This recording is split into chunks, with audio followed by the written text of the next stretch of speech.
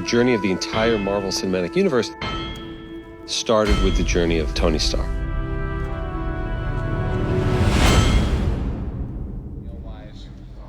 Much better than big old, clunky.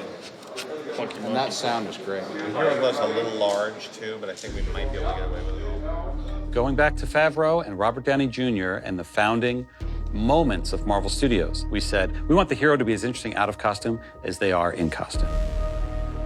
I had just been hired to cast in the first Iron Man. Jon Favreau was on board at that time, and I remember asking him in a meeting with everyone, tell me all the qualities that you think are most important. Fast, quick-witted, and funny, and dynamic, and a bit troubled, and confident, and brilliant, and all of these things. And we really kept coming back to Downey. Stan Lee said he kind of created him on a dare. Could you make a billionaire weapons manufacturer, philandering philanthropist, who largely lives an ugly and irresponsible moral psychology? It's a piece. If you look at Downey and his early work, it's amazing. I mean, you look at Chaplin, you look at Less Than Zero. I mean, they're tough characters to watch. Robert Downey Jr. at that point in his career wasn't necessarily a family-friendly name. Today it's ridiculous, but at the time, it was, whoa, risky casting Robert Downey Jr. The truth was, we got to a point that we realized if we didn't cast him, that would have been the biggest risk. Robert has a whole career of great work behind him, and he was at a point in his life and his career where he was ready to break out and do something really big and exciting. John was in love with the idea of Downey playing the part, and we all felt so sure about him on a creative level. Because he wasn't instantly a slam dunk approval, I suggested we have screen tests. I remember walking in with Robert Downey Jr. the day of the tests. He was laughing and in great spirits and completely at ease, and he got in front of the camera and started saying the lines. I assure you the day weapons are no longer needed to keep the peace all happily transist to manufacturing bricks and beams for baby hospitals, making hemp pants and the like, but until that time, can I get you a drink? I don't want to call it an out-of-body experience, but it was one of those rushes that I'm sure like somebody would feel if they're about to play a big sporting arena, playing for the ring or something like that. It was just like, am I going to pass out or am I going to nail this?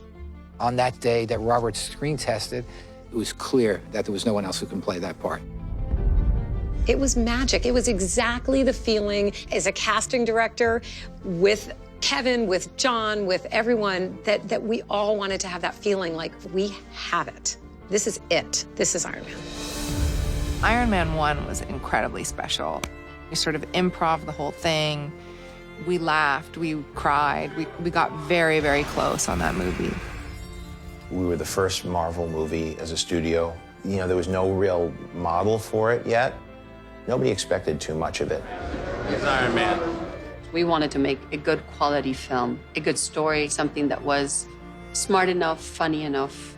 I still remember Tony landing in the high desert in the eastern Sierras when he escapes the cave, and I was buried up to my neck in sand, and the storm was coming in, and we only had a couple minutes to get this take, and it was like God's grace just came in and gave us the take that was in the movie.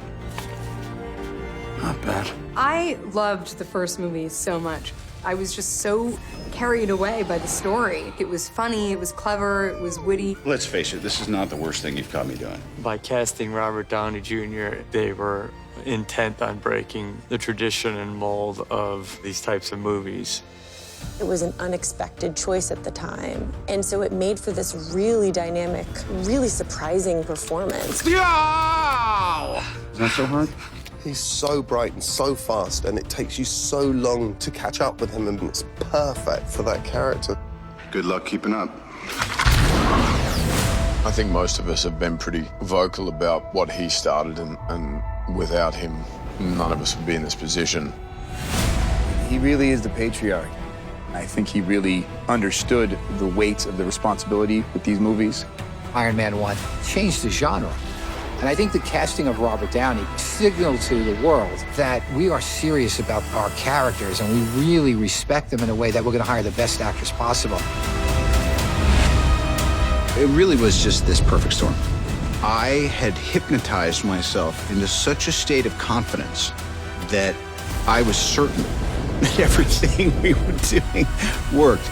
And the rest is history.